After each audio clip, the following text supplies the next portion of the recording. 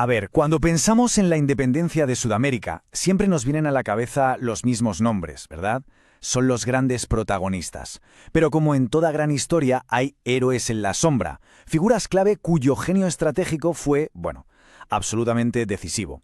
Hoy vamos a poner el foco en uno de ellos, quizá el más importante de todos, Antonio José de Sucre. Si se pregunta por el gran libertador de Sudamérica, la respuesta es casi automática: Simón Bolívar. Y por supuesto su papel es indiscutible, nadie se lo quita. Pero, ¿y si dijéramos que la batalla final, la que de verdad selló la independencia del continente, la que rompió las cadenas para siempre, la dirigió otra persona? Un hombre que a menudo queda relegado al papel de segundo de a bordo, pero cuyo talento militar, como vamos a ver, era de primerísimo nivel. Vamos a meternos de lleno en su historia. Para entender de verdad a Sucre, tenemos que ir al principio. Y aquí viene la primera gran pregunta. ¿Cómo es posible que un chaval de una familia fiel al rey de España acabe convirtiéndose en el arquitecto de su derrota?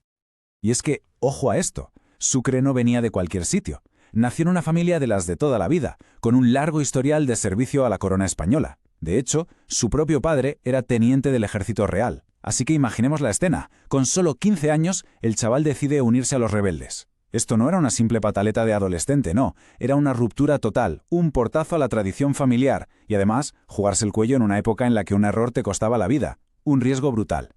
Pero claro, la apuesta le salió bien, y muy rápido. Sucre empezó a destacar enseguida. Su formación como ingeniero militar le da una ventaja tremenda, una capacidad para ver el campo de batalla de una forma diferente.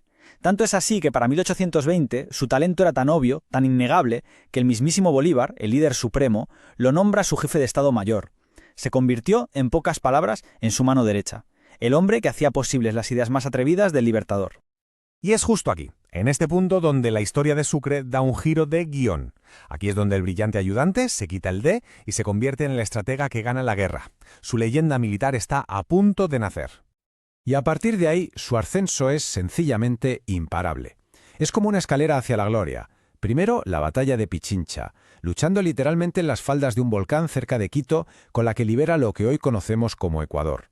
Después, subimos de nivel, la batalla de Junín, clave, en pleno altiplano peruano. Y por último, llega el momento cumbre, el clímax de toda esta historia, Ayacucho, la batalla que lo cambiaría todo para siempre. Pero atención, porque aquí viene el dato más importante, el que lo pone todo en perspectiva. En la batalla más decisiva de todas, en Ayacucho, Bolívar no estaba. El que estaba al mando con menos tropas que el enemigo era Sucre, y lo que consiguió no fue una simple victoria, fue una auténtica genialidad táctica. Capturó al virrey español y forzó la rendición de todo el ejército.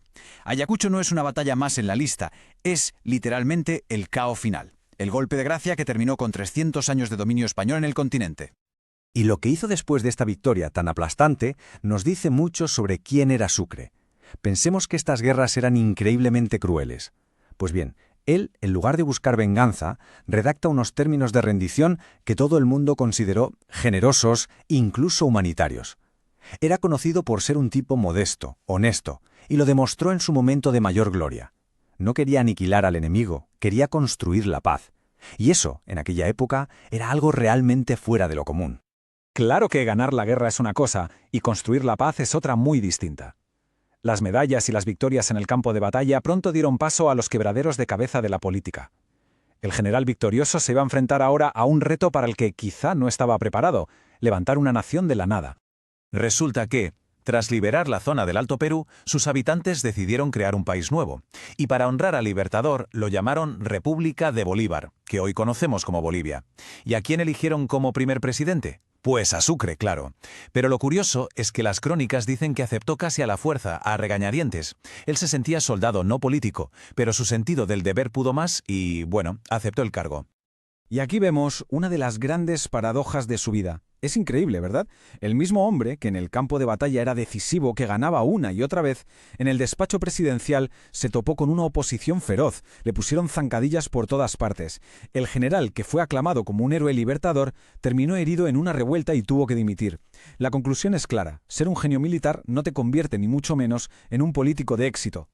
¿Y por qué tanta oposición? Bueno, pues porque Sucre no se anduvo con chiquitas. Él venía con las ideas de la Ilustración, de la Revolución, y quiso aplicarlas para transformar Bolivia de arriba a abajo. Y claro, se metió con los dos grandes poderes de la época, el poder económico de la Iglesia y el sistema de impuestos colonial. Imaginaos, Expropió bienes a la Iglesia para fundar escuelas públicas y eliminó los tributos que pagaba a los indígenas. Unas reformas muy avanzadas para la época, sí, pero que le pusieron en contra a toda la élite de siempre, a los que no querían perder sus privilegios.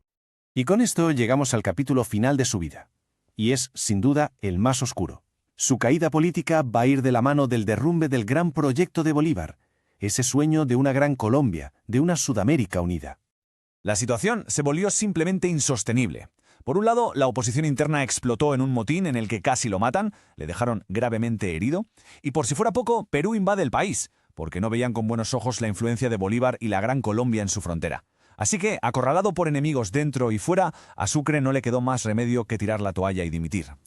Pero incluso después de la malísima experiencia en Bolivia, Sucre no se rindió. Hizo un último intento, casi a la desesperada, por salvar el sueño de la unidad. Se puso al frente de lo que se llamó el Congreso Admirable, un último esfuerzo para que la Gran Colombia no se rompiera. Pero ya era tarde. Los nacionalismos, los intereses locales, eran demasiado fuertes. El Congreso fue un fracaso, y el proyecto de Bolívar se hizo añicos. Y justo entonces, cuando todo parecía perdido, llegó la tragedia final. Mientras volvía a casa, viajando por unas montañas remotas, el gran mariscal de Ayacucho, el héroe, fue víctima de una emboscada. Lo asesinaron. Tenía solo 35 años. Es tremendo pensarlo, el estratega militar más brillante de toda la revolución, silenciado para siempre por una bala en un camino perdido. La gran pregunta es ¿quién lo mató? El caso nunca se ha cerrado del todo, pero hay varias teorías sobre la mesa. Por un lado estaban los enemigos de Bolívar, como un tal José María Obando, que veían a Sucre como su sucesor natural. Matarlo a él era cortar de raíz el futuro del bolivarianismo. Por otro lado, estaban los que querían separar Ecuador de la Gran Colombia, como Juan José Flores, que sabían que la enorme popularidad de Sucre era su principal problema. Vamos, que le sobraban enemigos. Era una amenaza para demasiada gente con poder. Pero a pesar de ese final tan trágico y de que el proyecto político por el que luchó fracasara, la memoria de Sucre no se ha borrado en absoluto. De hecho, todo lo contrario. Su legado está, y esto es literal, grabado en el mapa de Sudamérica. Es un legado enorme. Vamos a ver algunos ejemplos rápidos. Para empezar, el país que ayudó a crear, Bolivia. Pues bien, su capital constitucional se llama Sucre. En su Venezuela natal, directamente le pusieron su nombre a todo un estado. Y en Colombia, que era parte de esa gran Colombia que él intentó mantener unida, también hay un departamento llamado Sucre. Pero quizás el homenaje más potente, el más del día a día, fue el de Ecuador. Durante más de un siglo, 116 años, desde 1884 hasta el año 2000, la moneda del país fue el Sucre. Pensemos lo que significa. Cada vez que alguien compraba pan, cada vez que pagaba algo, estaba usando el nombre del hombre que les consiguió la libertad en aquella batalla de Pichincha, un recordatorio constante. Y aquí llegamos a la reflexión final. El asesinato de Sucre no fue solo la muerte de un hombre. Fue la eliminación del único líder que quizá tenía el prestigio militar y la lealtad necesarias para mantener en pie el sueño de Bolívar. Su muerte fue, en cierto modo, el clavo final en el ataúd de la Gran Colombia. Y nos deja con esa gran pregunta, esa especulación eterna. ¿Qué habría pasado si Sucre hubiera vivido? ¿Habría sido la historia de Sudamérica completamente diferente?